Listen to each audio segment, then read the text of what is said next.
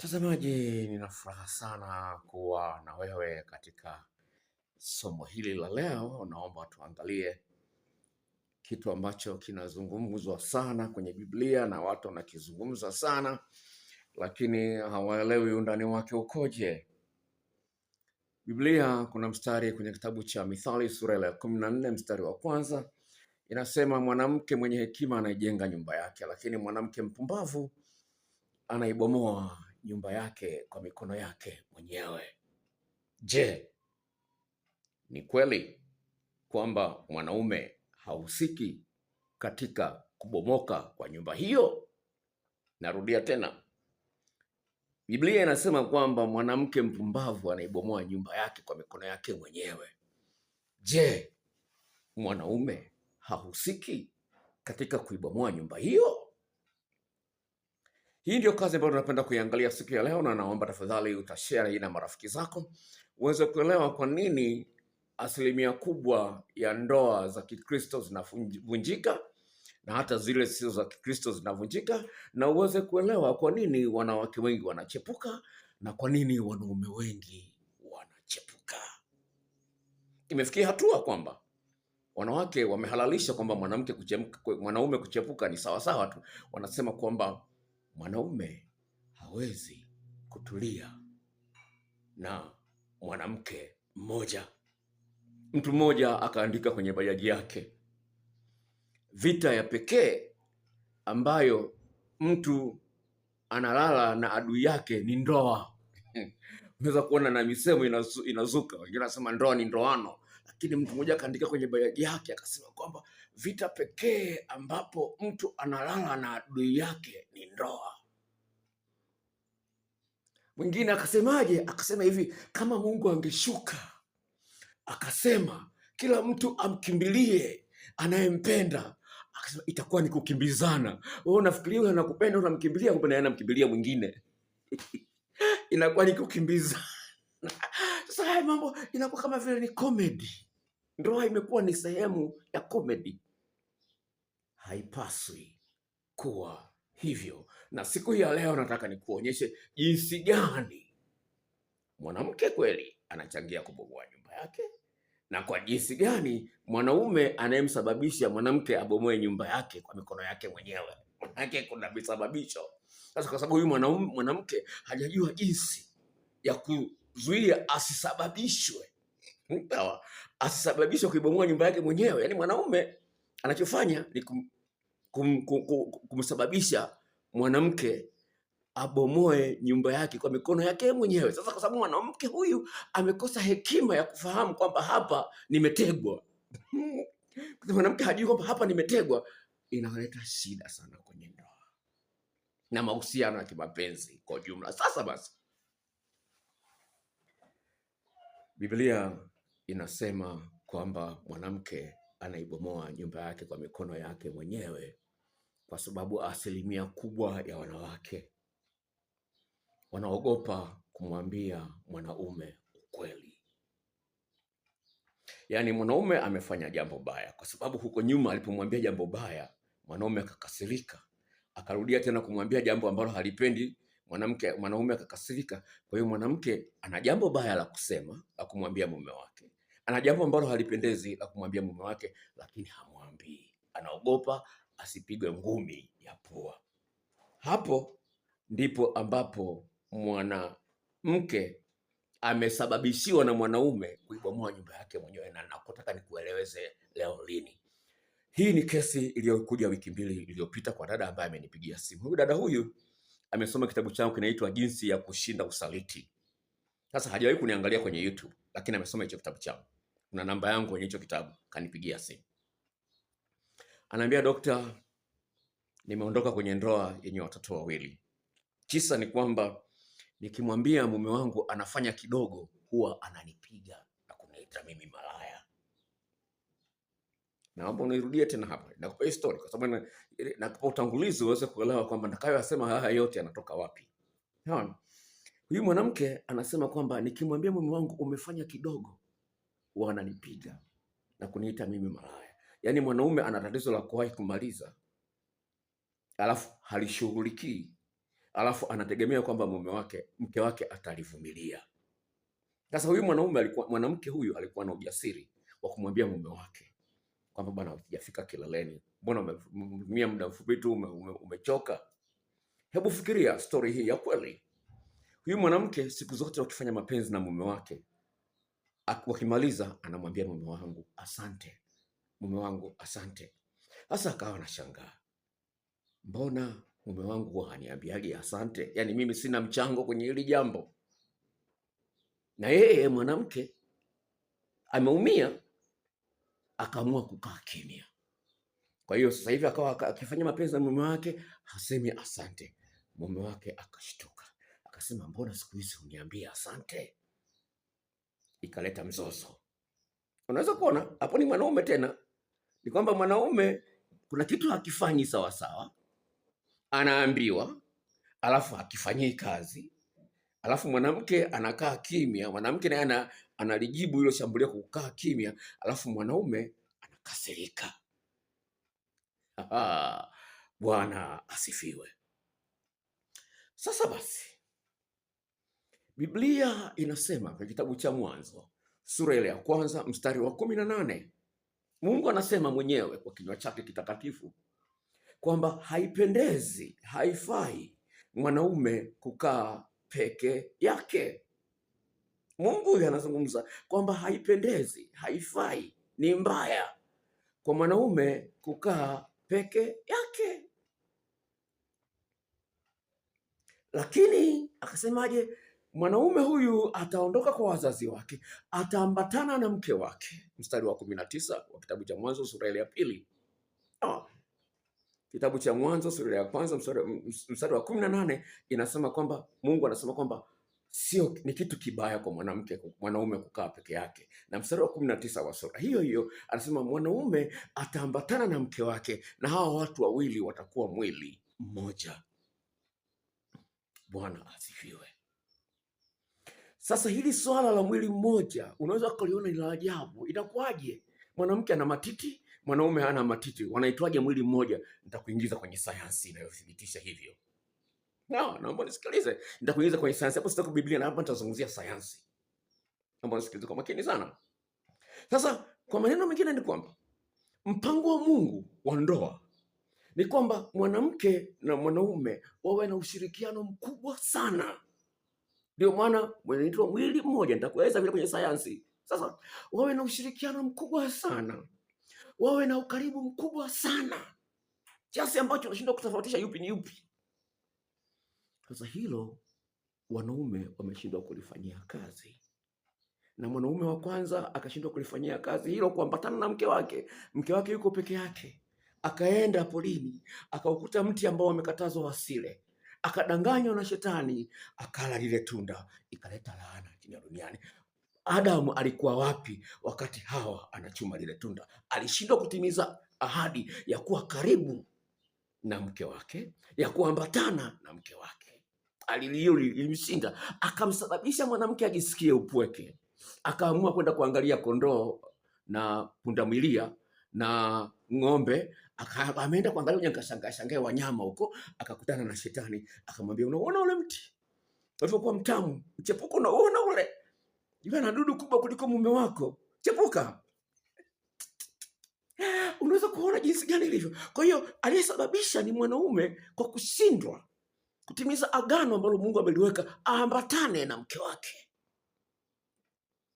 Kwa hiyo basi mwanaume ambaye hana muda wa kukaa na mke wake, yuko kwenye mpira mpaka saa 9 za usiku, mke wake yuko nyumbani, anafikiria nini? Mke wake atakuwa anafikiria nini kipindi hicho ambacho yuko peke yake? Nyumbani hakuna TV ya kuangalia mpira, mpaka anaenda kukaa kwenye mpira mpaka saa 9 za usiku. Nyumbani hakuna TV. Ipo. Sasa kwa nini ameenda kule? Anamwacha mke wake peke yake. Nimpe historia kweli ya mtu ambaye anamfahamu. Ana hela za kutosha, wanaishi kwenye nyumba ya kifahari. Mwanamke ananiambiaje?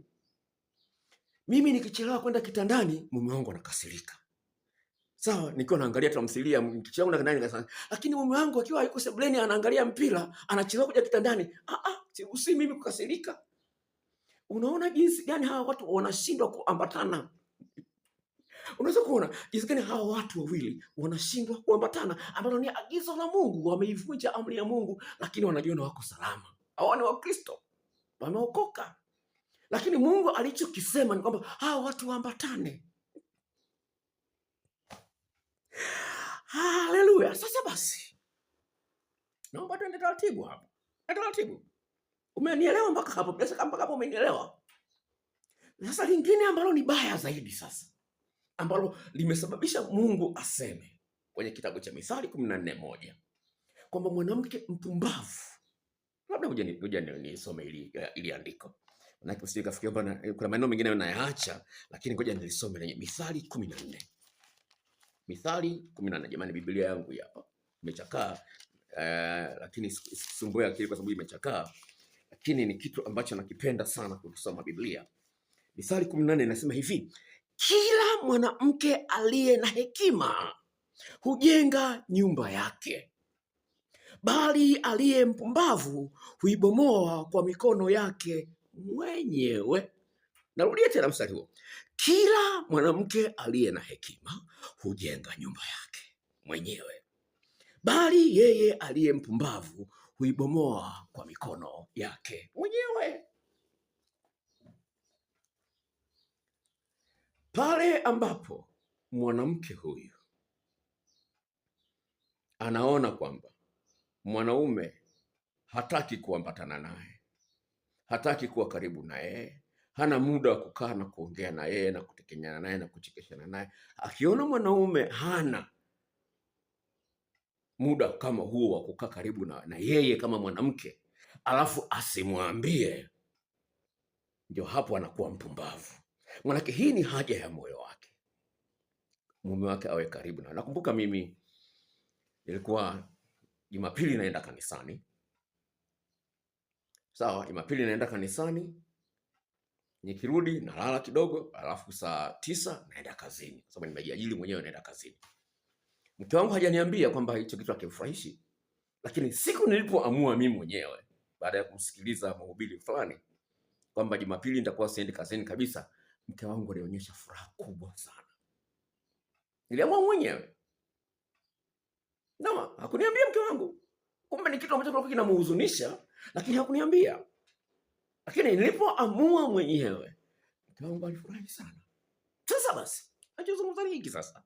Mwanamke anabomoa nyumba yake mwenyewe kwa sababu ya woga wa kumwambia ukweli mume wake. Yes, ni kweli. Ulishamwambia kwamba akufishi kileleni akakupiga. Endelea kumwambia, aendelee kukupiga. Ujue kwamba huyu mtu hakutaki. Kwa sababu gani? Mungu atamshughulikia kivyake. Sasa unapoogopa kumwambia mwanaume ukweli uliomo ndani ya moyo wako, hapo ndipo unapofanya dhambi. Twende kwenye kitabu cha Mithali sura ile ya 29 mstari wa 5. Mithali 29 mstari ule wa 25.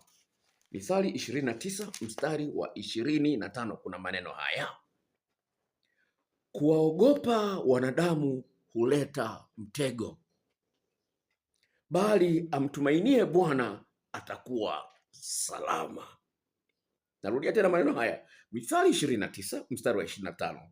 Kuwaogopa wanadamu kutaleta mtego, bali amtumainie Bwana wa majeshi atakuwa salama. Sasa mwanamke anayeogopa kumwambia mwanaume ukweli wa moyoni mwake, maana yake anajitegemea yeye mwenyewe, ameacha kumtegemea Bwana wa majeshi.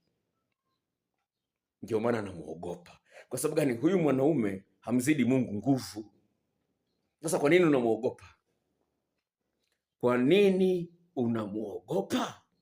Na Mungu anasema hili kwenye kitabu cha Isaya 51. Isaya 51. Twende pale kwenye kitabu cha Isaya 51, hili limekuja sasa hivi, nilikuwa sikulipanga hata kuliongea. Isaya 51 mstari wa 12 inasema hivi: mimi ndimi niwafarijie. Wewe unani hata ukamwogopa mtu atakaye kufa, na mwanadamu atakayefanywa kuwa kama majani? Ukamsahau Bwana muumba wako, yeye aliyezitanda mbingu na kuiweka misingi ya dunia, nawe unaogopa daima mchana kutwa kwa sababu ya adhabu ya yeye aoneaye, hapo afanyapo tayari kuharibu, nayo iwapi ghadhabu ya aoneaye? Unaweza kuona asema pale, unapomwogopa mume wako, Mungu anakuuliza, kwa nini unamwogopa mwanadamu? Kwa hiyo unajitega wewe mwenyewe, kwa sababu umemwogopa kumwambia mwanaume ukweli, na hiyo ni dhambi. Kwa sababu gani? Woga hautokani na imani. Na ukisoma kitabu cha Warumi sura ya 14 mstari wa 23 inasema hivi, lolote lisilotokana na imani ni dhambi. Dhambi ni kuto kumtegemea Mungu. Hiyo ndio dhambi, ukajitegemea wewe mwenyewe. Na Biblia inasemaje? Amelaaniwa yeye anayejitegemea yeye mwenyewe, anayemtegemea mwanadamu amelaaniwa. Kitabu cha Yeremia sura ya 17. Sasa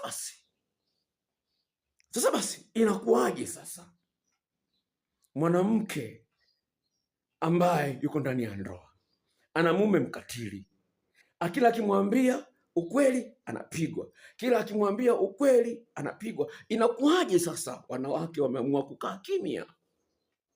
Tafiti za kisayansi zinaonyesha kwamba asilimia sio chini ya 67 ya wanawake wanadanganya wanaume kwamba wamefika kileleni, kumbe hawajafika. Asilimia 67.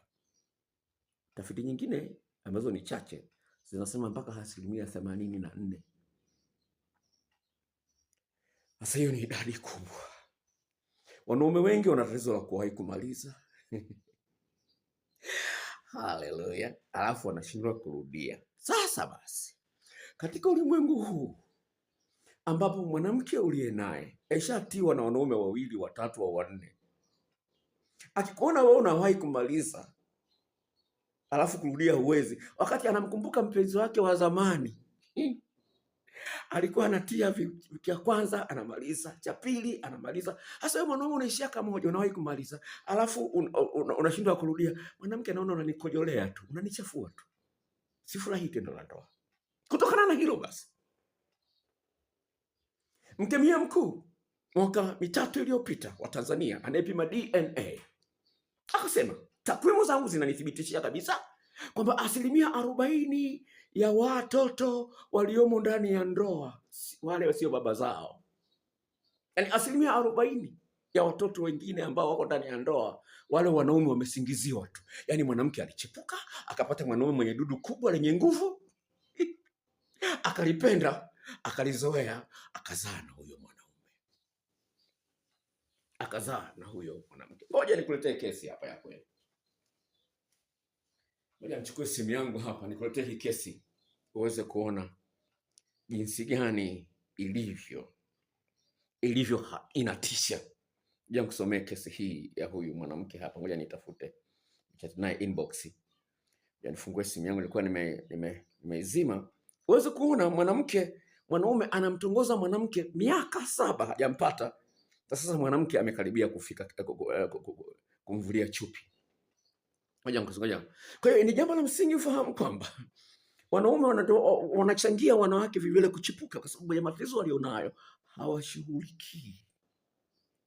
Ngoja nifungue message hii. Kwa hiyo mwanamke uliomo ndani ya ndoa, pale ambapo unapata shida kumwambia mwanaume ukweli, unajitengenezea matatizo wewe mwenyewe. Wewe mwenyewe unajitengenezea matatizo. Ngoja nikufungulie message hii. Nizungumza hivi. Woga wako wa kumwambia mwanaume ukweli haupasi kuwepo. Lazima ujifunze mbinu za kuongea na mwanaume pale ambapo kuna jambo zito ambalo unataka kumwambia mwanaume huyu. Sawa? Lazima ujifunze kuna mbinu za kuzungumza. Ukisoma kwenye Wakolosai sura ile ya 4 mstari ule wa 6 inasema hivi, maneno yenu yakolee munyu.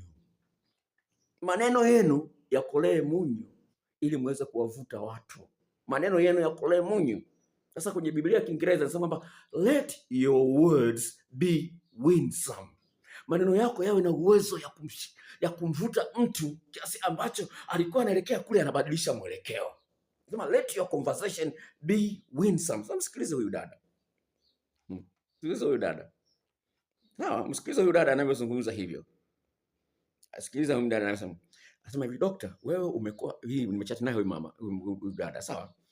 Dokta, umekuwa msaada, naona kama ni ndugu yangu. Kama umeamua kunisaidia nisaidie. Hivyo mtu huyu sitaki kumboa. Kwanza kaanza kunitongoza yapata miaka 7 kama sio 8.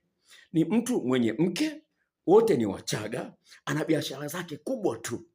Mimi nafanya biashara ila sio kubwa. Hivyo juzi nilipata safari ya dharura kwenda kuchukua bidhaa mahali fulani, sipendi kutaja kwa sababu mwanaume asije kaangalia hii video akajua kwamba ni yeye. Nikamtumia ujumbe nikamwambia nasafiri, nimekatiwa tiketi, naenda huko, nakutakia maisha mema mpaka atakaporudi tutaonana. Yule mwanaume akaniambia pitia ofisini kwangu dokta. Nikapita pale, akanipa 2 milioni. Kaniambia utachukua chochote huko kwa ajili ya familia yako. Dokta, sitaki kumboa huyu mwanaume. Sawa? Anasema ametongozwa miaka 7. Sasa hivi ndio amemkubalia. Sasa naomba ni mume wa mtu. Wewe mwanamke unaniangalia, hebu fikiria huyu ni mume wako. Anatongoza mtu miaka 7.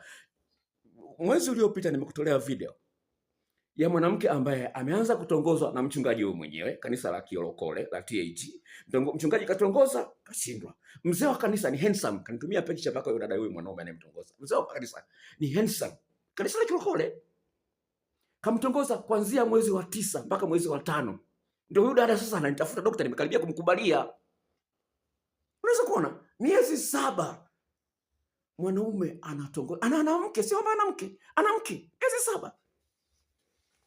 Sasa hizi kesi nakupa za kweli uweze kuelewa hali ilivyo tete.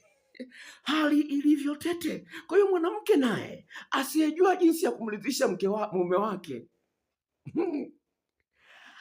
naye anaitengenezea matatizo bila kujua. Naomba tusikilie, niendelee kurudi hapa sasa.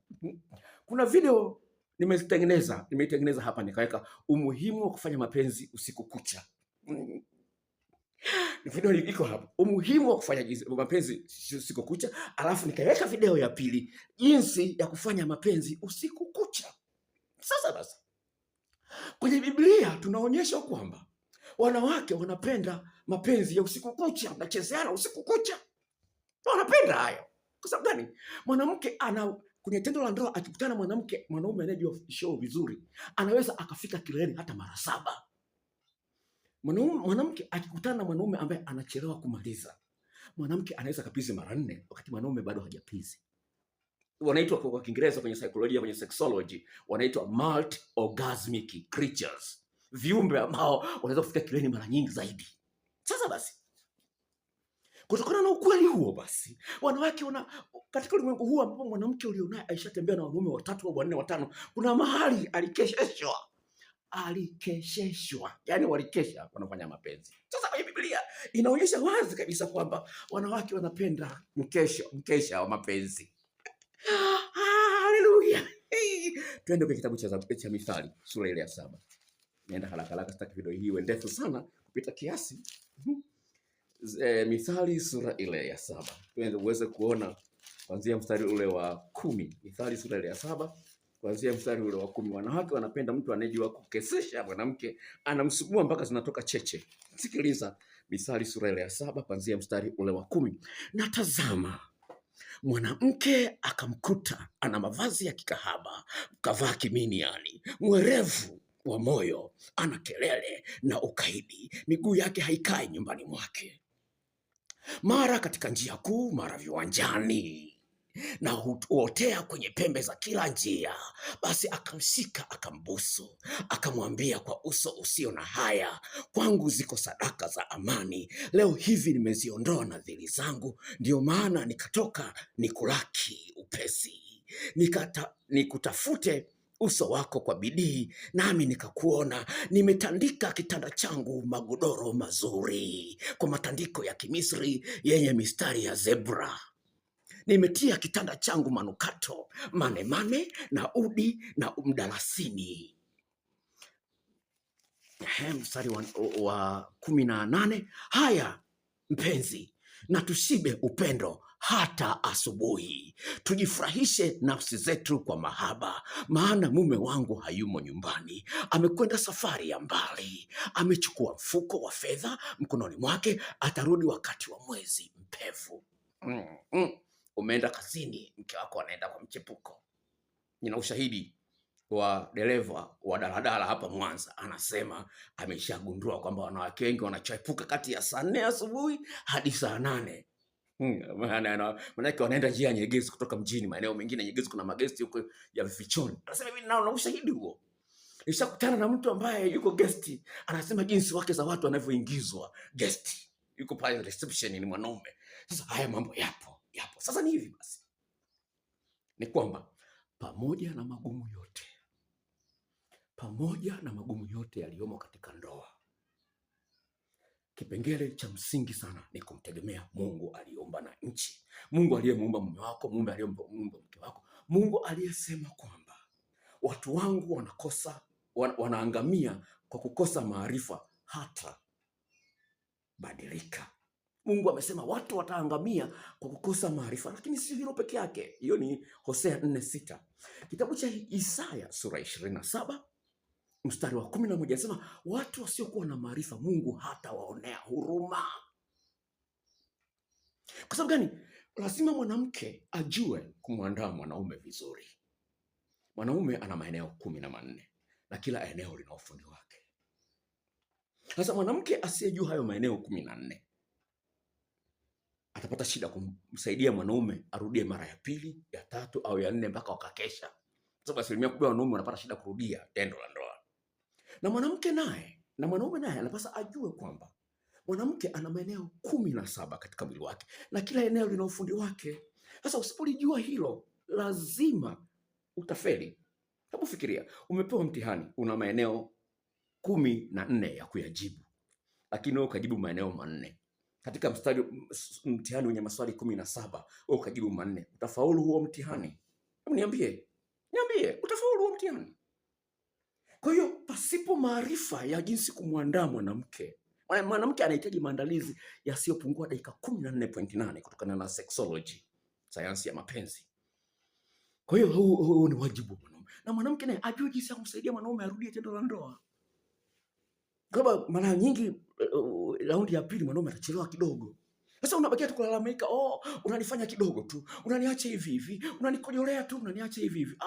Je, wewe unawajibikaje? Sasa unafikia kumpigia kelele tu peke yake kunatosha? Hakutoshi. Kumpigia kelele peke yake kutoshi. Biblia inasemaje? Mithali 27 mstari wa 22. Mithali 27:22 inasema hivi: hata ukamtwanga mpumbavu kwa nchi kinuni, pamoja na ngano, upumbavu wake hautamtoka. Narudia tena, hata ungemtwanga mpumbavu kwa nchi kinuni, pamoja na ngano, upumbavu wake hautamtoka.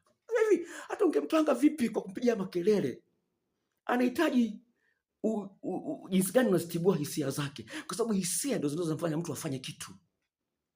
Umpe mawazo huyu mtu, sio kumpigia kelele, unifikishi kileleni, uniandae vizuri. Haitoshi. Wewe unamsababishaje yeye au ndio muhimu wa kuandaa wewe? Shuhuda ninazo wanawake ambao nimewatumia video na mwanaume akaanza kubadilisha mwenendo. Kwa hiyo haya ni mambo ambayo yanawezekana kuyafanya. Naomba uyafanyie kazi. Kwa sababu gani? Hili ni jambo la msingi sana na hatari sana, kwa sababu linaharibu familia nyingi sana. Kwa hiyo basi, hofu ya kutokuambiana ukweli ni tatizo kubwa sana. Mwanamke au mwanaume, lazima ujue jinsi ya kumwambia. Ukimwambia kwa ukali, hata kuelewa na akili yake haitafanya kitu. Lazima ujue jinsi ya kuongea naye kwa upole, ya kuelewa kwamba sio kwamba humpendi, ila unataka kuna kitu fulani unakipenda lakini ukioni. Sasa watu wengi hawajajifunza kuongea kwa upole, kwa hekima. Biblia inasema kwamba jibu la upole huondoa hasira, hufukuza hasira. Kwa hiyo lazima tujifunze jinsi ya kuongea na waume zetu na wake zetu, ili anakusikiliza unapomwambia kitu akuelewe, badala ya kumwogopa. Usiishi kwa woga, ni dhambi. Warumi 14 mstari wa 23. Kwa hiyo basi, kutokana na ukweli huo basi ambao nimeusema, ni jambo la msingi sana uache kujitegemea wewe mwenyewe kwenye ndoa yako, umtegemee Mungu aliyeumba ndoa. Unapojitegemea wewe mwenyewe utafanya makosa mengi sana. Sasa nataka kumalizia ni hili, ni kwamba ni kweli kwenye ndoa kuna magumu, lakini magumu hayo tumeyasababisha sisi wenyewe wanadamu kwa kutokufuata maelekezo ya Mungu. Mungu anasema ndoa ni rahisi. Mungu anasema ndoa ni rahisi sana na hataki kuachana ya watu kuachana. Mungu anaona kwamba hakuna sababu ya watu kuachana. Mungu anaona kwamba hakuna sababu ya watu kuachana. Kwa sababu watu wanafanya mambo ya hiana. Twende kwenye kitabu cha Malaki sura ya 2 uweze kuona kwa nini Mungu hataki watu waachane. Sikiliza maneno haya. Sura ya 2 kitabu cha Malaki sura ya 14. Lakini ninyi mwasema, ni kwa sababu gani? Ni kwa sababu Bwana amekuwa shahidi kati ya wewe na mke wa ujana wako, uliyemtenda mambo ya hiana, ingawa yeye ni mwenzako na mke wa agano lako.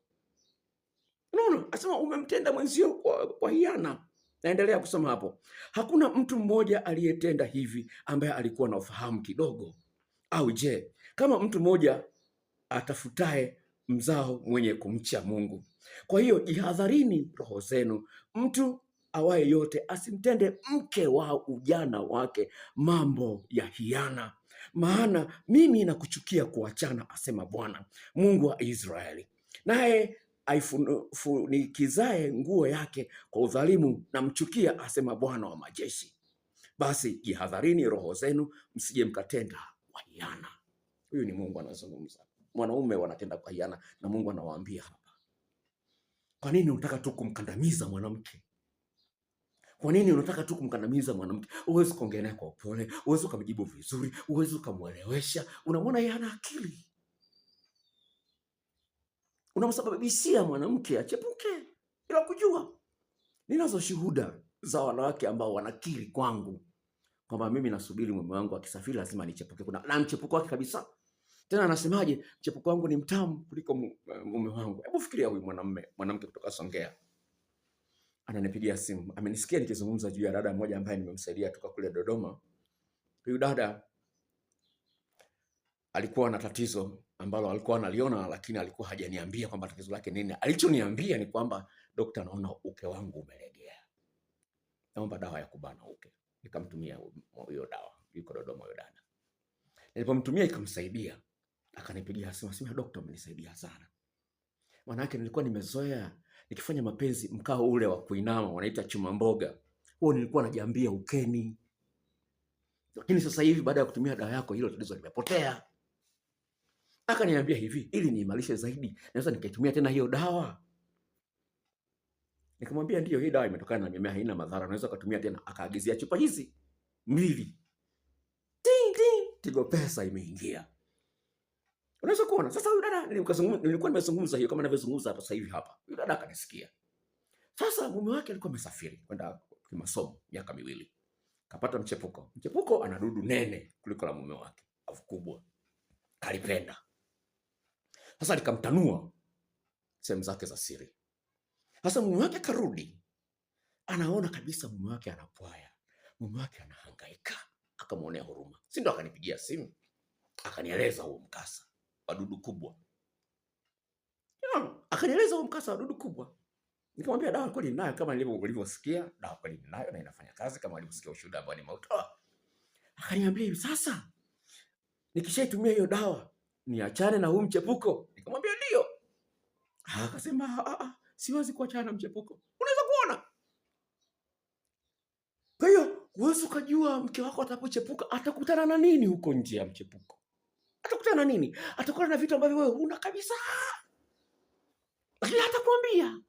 Kama huko nje nasuguliwa vizuri, naogopa tu kukesha. kwa sababu unajua wewe upo, nasubiri usafiri. Unasikia? Nasubiri usafiri. Kuna kesi nyingi za wanaume ambao wake zao wanachapuka wanaposafiri. Sasa watu wajanja wakamtonye yule mwanaume. Mwanamume wako bwana anatembea na fulani, kisafiri anatembea na huyu. Mwanaume akaaga kwamba anasafiri, kumbe yuko guest. Anasubiri. Imefika saa 7 za usiku, anaenda nyumbani anakuta mke wake hayupo. Unaweza kuona hizo kesi zipo, na wewe unazijua. Hizo kesi zipo. Kama unasikia lakini hujui jinsi gani ya kuweka mambo sawa katika ndoa yako. Sasa nimalizie na hili la kipumbavu. Kwa nini Biblia inasema mwanamke mpumbavu anaibomoa nyumba yake mwenyewe? Kuna mistari miwili nataka nimalizie kwa kuisoma kwenye Biblia. Tuende kwenye kitabu cha Mambo ya Nyakati sura ile ya 16, alafu tutaenda kwenye sura ya 25 ya kitabu hicho cha Mambo ya Nyakati. Mambo ya Nyakati wa pili sura ile ya 16.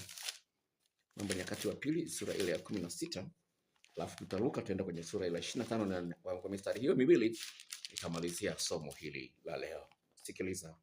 Sura ile ya 16 kuanzia mstari ule wa 7. Wakati ule Hanani mwonaji akamwendea Asa mfalme wa Yuda akamwambia, kwa kuwa umemtegemea mfalme wa Shamu wala hukumtegemea Bwana Mungu wako, kwa hiyo limeokoka jeshi la mfalme wa Shamu mkononi mwako. Je, hao Wakushi na Walubi hawakuwa jeshi kubwa mno, wenye magari na wapanda farasi wengi sana? Lakini kwa kuwa ulimtegemea Bwana, aliwatia mkononi mwako. Kwa maana macho ya Bwana hukimbia kimbia duniani mote, ili ajionyeshe mwenye nguvu kwa ajili ya hao pekee waliokamilika moyo kuelekea kwake. Kwa hiyo umetenda upumbavu kwa kumtegemea mwanadamu, na kwani tangu sasa utakuwa katika vita. Unaweza kuona anasema hivi, kwa kuwa ulimtegemea mwanadamu ukaenda ukaambatana na mtu ambaye Mungu hatakutaka kuambatana naye, kwa hiyo ugomvi kwenye ndoa yako haita utakuwa. Anasemaje? Anasema hivi akashikwa na akasema, mstari ule wa 9, kwa maana macho ya Bwana hukimbia kimbia duniani mote, ili aujionyeshe mwenye nguvu kwa ajili ya hao waliokamilika moyo kuelekea kwake. Kwa hiyo umetenda upumbavu, kwani tangu sasa utakuwa katika vita. Ndio ile bango la kwenye bajaji, vita pekee ambayo mtu analala na adui yake ni ndoa. Vita pekee ambayo mtu analala na adui yake ni ndoa. Kwa hiyo mko kwenye vita mioyoni mwenu. Tunamalizia, nimesema tutamalizia na mistari miwili, lakini nitamalizia na science. Nitamalizia na science hapa. Nimekumbuka neno fulani ambalo nataka kulizungumza hapo nyuma la science, lakini nikaliacha. Kitabu cha Mambo ya Nyakati wa pili sura ya 25 kuanzia mstari ule wa 8. Anasema hivi, lakini ukitaka kwenda haya, itie nguvu upigane. Mungu atakuangusha mbele ya adui, maana Mungu anazo nguvu za kusaidia na kuangusha. Unaona, huyu mtu alifanya makosa ya kukodisha majeshi. Sawa? Alipokodisha majeshi, Mungu ndo anamwambia hivi, sasa kwa sababu unajiona mjanja na hela unazo, umekodisha majeshi. Sasa na pamoja na hao majeshi yako uliokodisha na nini, mtapigwa. Na wakapigwa kweli. Neno la Mungu haliwezi kurudi bure. Sasa nataka nimalizie na science kama nilivyozungumza. Maana nimezungumza Biblia, lakini nimezungumza science. Sasa Biblia inapozungumza kwenye kitabu cha Mwanzo sura ya 2, inasema hivi mstari wa 18. Mungu akasema, sio vyema mwanaume akae peke yake. Haipendezi mwanaume akae peke yake. Ni vibaya mwanaume akae peke yake. Hiyo ni Mwanzo sura ya 2 mstari wa 18. Mstari wa 19, kama sikosea au ni wa 20. Akasema hivi, kwa hiyo basi mwanaume ataachana na baba yake na mama yake, naye atakwenda kukaa na mke wake. Wataambatana na mke wake, nao watakuwa mwili mmoja. Anasema wataambatana. Sasa basi, kwenye sayansi imethibitishwa kwamba, inaitwa quantum physics, kuna kitu kinaitwa quantum entanglement. Sasa kwa watu ambao wanafahamu Kiingereza, entangle ni kama vile kamba zimefungana fungana vile, unaona kamba zimefungana fungana, sawa? Inaitwa hiyo ni entangle, au kamba imekushika kwenye miguu, entanglement. Sasa quantum entanglement ni kwamba ni vitu viwili ambavyo vilikuwa pamoja, lakini vinapokuwa vimeachanishwa, hata ingekuwa kilomita 800, 1000, 10,000, vinakuwa na tabia ya aina moja.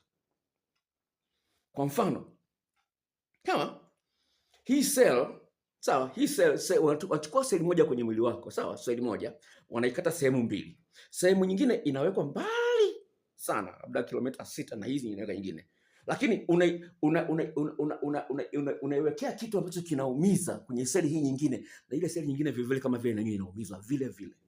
Inaitwa quantum entanglement. Yaani watu wanakuwa wameshikamana, lakini japokuwa hata kama wameachana, lakini bado wameshikamana. Kama unafahamu Kiingereza, ingia kwenye Google, utakutana nayo quantum entanglement. Yani hivi. Unaona? Hii ni karatasi, sawa? Hii nikaikata hii. Sawa? Hiki nikakipeleka Morogoro, mimi niko Mwanza. Hiki nikapeleka Dar es Salaam. Sawa? Sawa? Nikapeleka Dar es Salaam. Nikakata kipande mimi ambaye niko Mwanza, kipande kingine kiko Dar es Salaam, kipande kingine kiko Mwanza. Nikakikata hiki kipande hiki. Acha Dar es Salaam na chenyewe kinakatika. Hivi kama nilivyokata hii. Sasa kama unasema daktari, unasema uongo, ni uchawi huo. Yes, kwa miaka mingi walikuwa wanasema ni uchawi, lakini sasa hivi imethibitishwa kwa vipimo ambavyo vinapimika. Kwa hiyo nakwambia hivi, unapojenga ukaribu na mke wako, unapojenga na ukaribu na mume wako, unaweza kumpendelea sana yule uliyemzoea. Tafiti za kisayansi zinathibitisha tena kwamba watu ambao wanafanya mapenzi kwa muda mrefu wanasababisha kichocheo kinachoitwa oxytocin kutoka kwa wingi. Kichocheo hiki kinasababisha mtu ampendelee mtu. Hii oxytocin inaitwa bonding hormone. Bonding yani ni kushikamanisha. No, kushikamanisha hivi. Hiyo ndio bonding. Sasa kichocheo cha oxytocin kinatoka kwa wingi pale ambapo watu wanafanya mapenzi kwa muda mrefu. Na watu wanapofanya mapenzi kwa muda mrefu, ule msuguano wa ngozi na ngozi unasababisha mtu ampendelee aliyemzoea kuliko mtu mgeni. Na tafiti hii ilifanyika hivi. Kichocheo hiki cha oxytocin kinakuwa kama vile perfume. Wanaume wenye wake zao wazuri wanawekwa hapa, wanaume 10. Kila mtu amekaa na mke wake wazuri, sawa? Na wanaume wengine 10 wamewekwa huku na wake zao wazuri, sawa? Kundi hili A wakapuliziwa kichocheo hiki cha oxytocin kwenye pua zao. Kundi lile la pili B hawakupuliziwa kichocheo hicho cha oxytocin. Sasa akatokea dada mmoja mrembo, kavaa kimini, ana mapaja mazuri, kimini cheusi mweupe, akatokea dada mzuri kweli. Akatokea wale ambao wamepuliziwa kichocheo cha oxytocin, bali mwangalia tu, wakaendelea kuongea na wake zao, na wamewekewa mashine kwenye kichwa, mashine ambayo inapima vitu gani kinaendelea kwenye akili ya mwanaume. Hawakuwaza kabisa kuhusu yule dada. Sawa? Lakini wale ambao hawakupuliziwa kichocheo hicho cha oxytocin walihangaika, walipomwona yule dada anatamani mke wake aondoke ili aanze kuchat na yule dada. Na nazungumza, sayansi inafanya research katika haya mambo. Kwa hiyo ninazungumza umuhimu wa watu kufanya mapenzi kwa muda mrefu, mwanaume ajue kwamba mwanamke ana maeneo 17 na mwanamke ajue kwamba mwanaume ana maeneo 14, ni jambo la muhimu sana. Kwa sababu gani? Ukijua matatu, mwenzio anakuwa ameyakariri. Kwa uhusiano wa miaka 7, 8, 9, atakuwa unajua utaanzia wapi, utaishia wapi. Utamboa tu. Kama vile 1+1, kila mtu anajua. Nani asiyejua rangi ya bendera ya taifa? Kila mtu anajua. Sasa unatakiwa unachanganya. Sasa mtaalamu mmoja ambaye anafundisha majasusi kule Marekani, CIA, mtaalamu mmoja nampenda sana, anaitwa Charles Yu. Anasema hivi, ili uweze kubadilisha tabia yote ile, ili uweze kubadilisha tabia yoyote ile, Yani ninachozungumza, huyu mtaalamu wa saikolojia ana uwezo wa kusababisha Mwirani akubali awe mpelelezi wa Marekani. Sawa? Yaani Mwirani aisaliti nchi yake mwenyewe, wakati yeye ni kiongozi, yuko serikalini.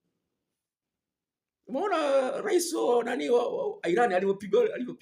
Ni kwamba watu wamepiga bajeti, simu namba yake ya simu na kila kitu, kila anapoenda yupo, wakatuma tu drone kagongwa. Maana kuna watu walikuwa ndani mle tayari wanaeleza kwamba yuko sasa hivi, yuko hapa.